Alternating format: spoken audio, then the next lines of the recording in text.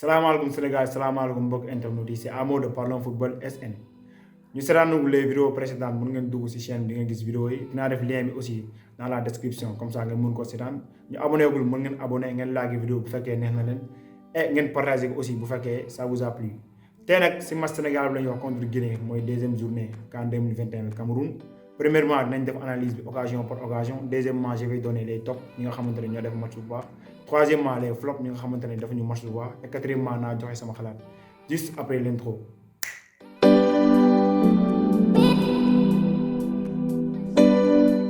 Alors bi match bi commencé la classement bi génn Aliou Cissé 4-2-3-1 la def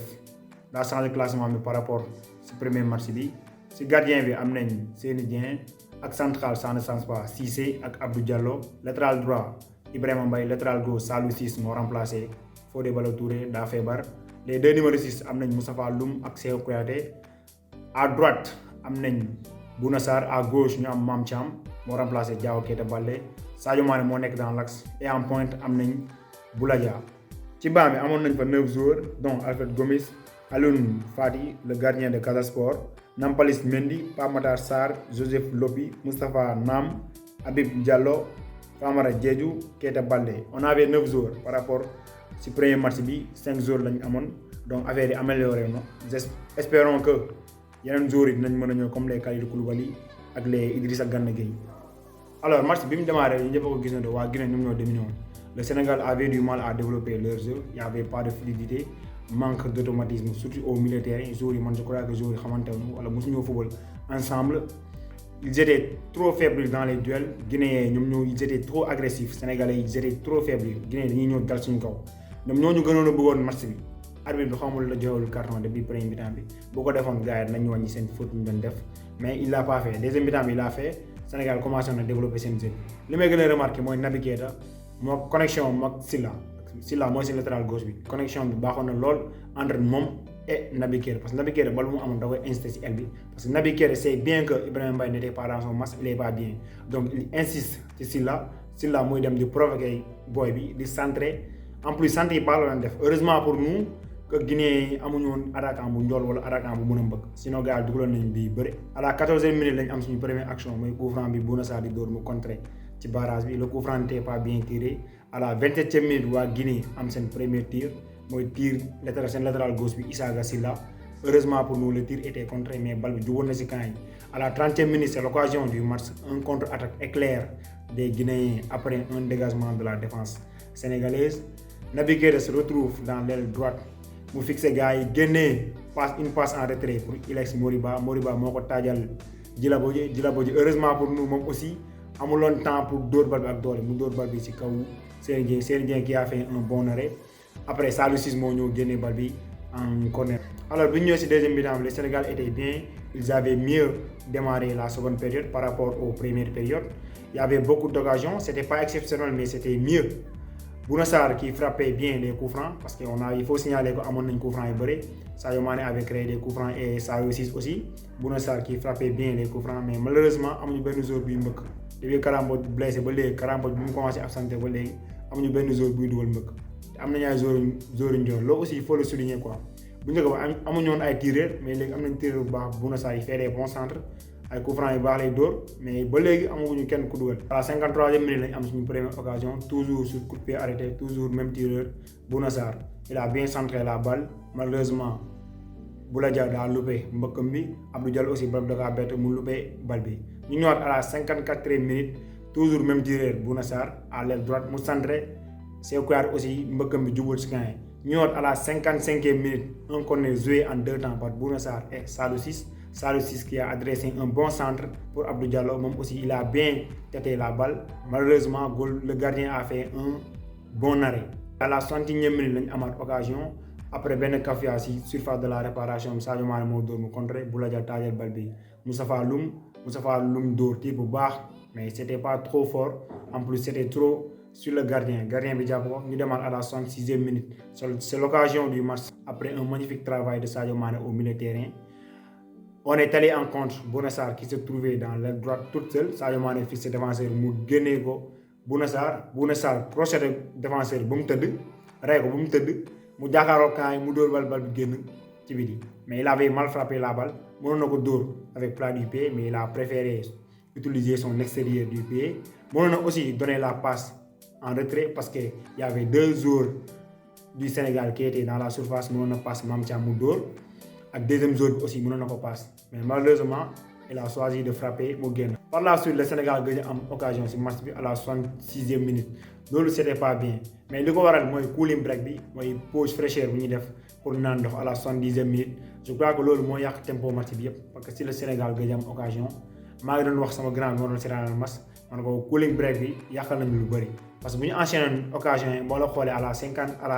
53e minute ba 66e minute le Sénégal avait 4 ou 5 occasions ba cooling break bi ñëw à la 70e minute lañ gëj am occasion. Lolo aussi il faut le souligner quoi. Après la 66e minute lañ gëj am occasion la Guinée aussi gëj am occasion mais à la 80e minute Salou Ciss moo créé benn coup franc bu bête benn coup franc bu idiot au bord de la surface de la réparation juste avant l'entrée de la surface. Heureusement pour nous le coup franc était mal tiré. Sinon bal boobu su duggoon à la 80e minute je ne croyais pas que nous allons revenir dans ce match. Ensuite ñu ñëw si deuxième point bi moo lay topp ñi nga xamante ne def nañu match bu baax. En troisième position Bouna Sarr laa njëkk a cité. Il est sur son lancé comme premier match, il a aussi match au bas, malgré que Belé double goal. Et aussi, il n'est pas décisif. Il a fait des bons centres, notamment sur les coups de pied arrêtés. Des essais, quoi. Il essaie de faire la différence comme Sadio Mané. En deuxième position, dans les top, on a Sadio Mané. Sadio Mané n'est pas le numéro 1. Mais il est numéro 2. Il a fait un bon match, comme dans le premier match. Mais le problème, c'est qu'il est Guinéen, mais il a essayé des choses, il a créé des coups francs, il a eu des frappes, même si ces frappes n'étaient pas cadrées. Tous ces frappes étaient contrées. En première position, comme top, on a aussi Sékou Kouyaté, notre ancien capitaine. Sékou Kouyaté, bu njëkk ba leen retrouver encore. Mooy temps yu muy nekk capitaine ak temps yu ñëw équipe nationale. Très bien dans les duels. Il a récupéré beaucoup de ballons. Il a tout fait aujourd'hui. Avec l'absence de Gana Gueye, Sékou Kouyaté moo yoroon digg bi. Et aussi Seny Dieng, il faut le souligner, mënoon naa ko citer s'il est top. Donc aussi il a été serein malgré que des interventions yu mu def bëriwul mais sauvé na balle de match bi. Ensuite ñu ñëw ci troisième point bi mooy les flops mooy ñi nga xamante ne daf ñu match bu baax. Troisième position nous avons Moustapha Loum première période il était transparent kenn gisu ko man j'avais l'impression que moom day daw sax parce que moom numéro 6 la doon jouer mag Sékou Kouyaté était plus haut moom lui il était plus bas mais il refusait de venir chercher les ballons pour les faire remonter xam lan moo nekk problème bi ndax amul habitude de jouer CAN. Je ne sais pas si problème mais premier mi-temps il était transparent mais si deuxième mi-temps bi commencé à dominer il faisait des trucs amoon na fa benn dóor sax mais goal bi moo ko mujjee jàpp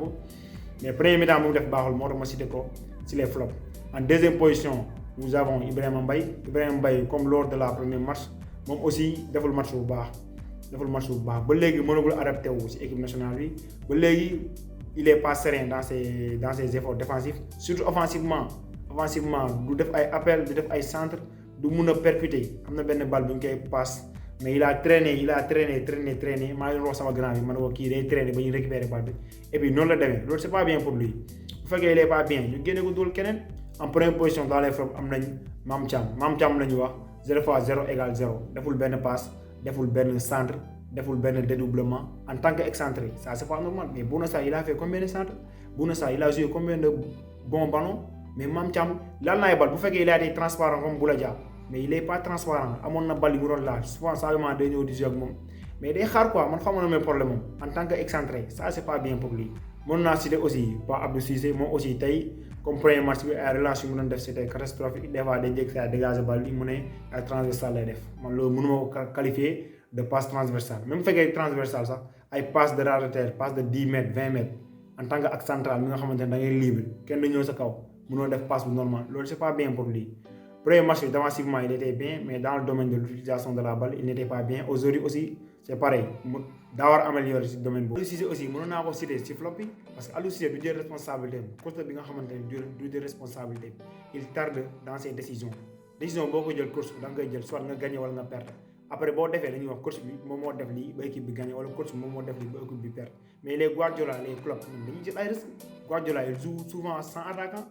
Mais gagné na ba mu dem Ligue des Champions final mu perdre mais bi mu perdre final bi la gars yi wax pourquoi il joue pas avec un attaquant de pointe mais affaire bi mu ko defoon réussir na mais Aliou Cissé pourquoi il prend pas les risques. C'est vrai les Sénégalais dañuy wax fii foo dem ñëpp loo def dañuy wax c'est dans tous les pays c'est pareil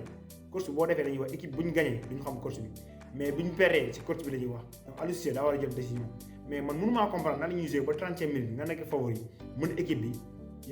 tu as beaucoup de différence de qualité par rapport à cette équipe guinéenne Aliou Cissé ñu dem ba 30e minute rien ne change Guinéen ñoom ñu dominer ñu xoñu même défensivement sax ils étaient meilleurs que nous. Ils étaient trop agressifs aussi mais Aliou Cissé sans de formation. Et enfin ma ñëw si dernier point bi mooy sama gis-gis sama xalaat man je crois que si premier mi-temps bi les Sénégalais étaient très très décevants gars yi ñoo ngi doon xaar Sénégal premier match bu mu def baaxul mais gagné nañ 1-0 ñu ñëw tey dañoo war a ñëw confirmer gàtt ñu gagné 2-0. mais nag il faut souligner que dans l'ensemble match bu tey bi moo gënoon a am contenu que match passé parce que match passé gagné nañ c'est vrai mais le contenu était trop mauvais gars yi bal bi dawul même 5 passes bu baax sax pour ñu enchaîner ko c'était pas possible mais aujourd'hui premier mi-temps bu ñu def baaxul on était hyper dominé par la Guinée mais la seconde période gars yi ñëw nañ Aliou Cissé son discours a passé gars yi ils ont eu beaucoup d'occasions mais malheureusement on n'a pas marqué loolu nag leçon la nag parce que Sénégal dañu am tendance di wax équipe bi duñu football baaxul xam affaire yoonu mais on gagné Sénégal gagné na match ñu gën na am défaite aussi on gagnait des matchs mais pas avec la manière donc il faut vous poser la question soit ñu def football bu rafet duñ gagné wala ñu def football bi nga xamante ne dafa tane mais ñu gagné match bi comme notre dernier match bi football bu ñu def baaxul rafetul mais gagné nañ match bi au final mais tey football nañ deuxième mi-temps bi am nañ occasion yu bëri mais dugal ñu mais exemple terre à terre xool nañ contre Cameroun 2017 si CAN bi bi ñuy football quart de finale bi ñun ñoo joué match bi yëpp mais dugal ñu même benn bii ñu dem série Cameroun mu dóor ñu donc Sénégal ñun ñoo war a xam ñun lu ñu bëgg quoi compétition kenn du ko gagné en jouant trop au football boo la xoolee France coupe du monde ba mu gagné sax gars ñoo ko dàqoon football foofu ñoom Croatie ñoom Brésil ñoo ko dàqoon football foofu ñoom Belgique mais il a gagné moom moo gagné match mi donc compétition boo koy gagné da ngay ñëw pour gagner compétition mais doo ñëw pour faire le beau jeu ñun aussi faa ñu xam loolu quoi di encourager ñëpp prochaine fois Sénégal mu gagné ñu gën a am confiance mais c'est pas mal parti parce qu'on a un match nul et une victoire donc maa ngi gën a ñaaxaat gars yi ñu gën a supporter gën a may gars yi doole comme ça prochain match ñu mën a gagné bu ñu demee ba phase éliminatoire direct yi ñu mën a gagné suñu match ndànk-ndànk ñu dem jëli coupe bi loolu laa amoon lu may analyser ci deuxième match équipe nationale du Sénégal contre la Guinée donc bu fekkee abonné woo leen mën ngeen abonné wu fekkee vidéo bi neex na leen mën ngeen ko liker ngeen partager ko ñu seetaanu les vidéos précédentes dinaa def lien bi dans la description ak aussi ci chaîne bi boo leen duggee di ngeen gis vidéo yi c'était Amo de Parlons Football jaa ngeen jëf